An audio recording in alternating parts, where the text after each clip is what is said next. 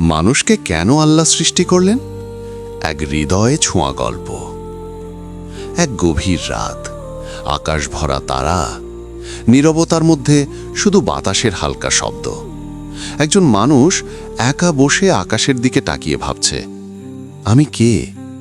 কেন আমাকে সৃষ্টি করা হলো? এই বিশাল পৃথিবীতে আমার কাজটাই বাকি। ঠিক তখনই মনে পড়ে গেল আল্লাহর সেই মহান বাণী, আমি জিন ও মানুষকে সৃষ্টি করেছি শুধু আমার ইবাদতের জন্য। সূরা আজ-জারিয়াত ৫৬।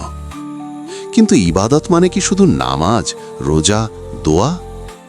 না, গল্পটা এখানেই শেষ নয়। আল্লাহ যখন মানুষ সৃষ্টি করলেন, আল্লাহ চাইলে ফেরেশতাদের দিয়েই সব করাতে পারতেন। তারা তো কখনো অবাধ্য হয় না। তাদের নেই লোভ, নেই অহংকার, নেই কামনা। তবুও আল্লাহ মানুষ সৃষ্টি করলেন। কেন? কারণ আল্লাহ এমন এক সৃষ্টি চেয়েছিলেন যে ভুল করবে, আবার অনুতপ্ত হবে, চোখ ভিজিয়ে বলবে, হে আমার রব, আমি ভুল করেছি, আমাকে ক্ষমা করে দিন। এই কান্না আল্লাহ ভালোবাসেন। এই ফিরে আসাটাই আল্লাহর কাছে প্রিয়। মানুষ আল্লাহর প্রতিনিধি। আল্লাহ মানুষকে শুধু সৃষ্টি করেননি, তিনি মানুষকে দিয়েছেন খিলাফত, পৃথিবীতে আল্লাহর প্রতিনিধি হওয়ার দায়িত্ব। মানুষ যেন অন্যায়ের বিরুদ্ধে দাঁড়ায়, দুর্বলকে রক্ষা করে, সত্য কথা বলে, দয়া দেখায়, ভালোবাসা ছড়ায়।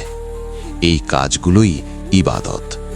একটি ক্ষুধার্তকে খাবার দেওয়া, একজন মায়ের চোখের পানি মুছিয়ে দেওয়া, একটি অন্যায় দেখে চুপ না থাকা, এসবও আল্লাহর ইবাদত।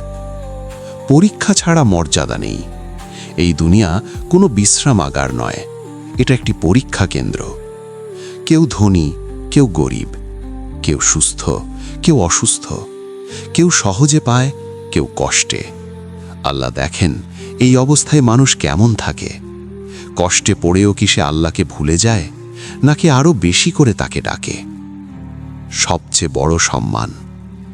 আল্লাহ মানুষকে এমন সম্মান দিয়েছেন যে তিনি নিজ হাতে আদম আলাইহিস সালামকে সৃষ্টি করেছেন এবং ফেরেশতাদের সিজদা করতে বলেছেন। এই সম্মান দায়িত্বেরও। মানুষ যদি আল্লাহকে ভুলে যায়, তাহলে সে নিজের মর্যাদাই হারায়।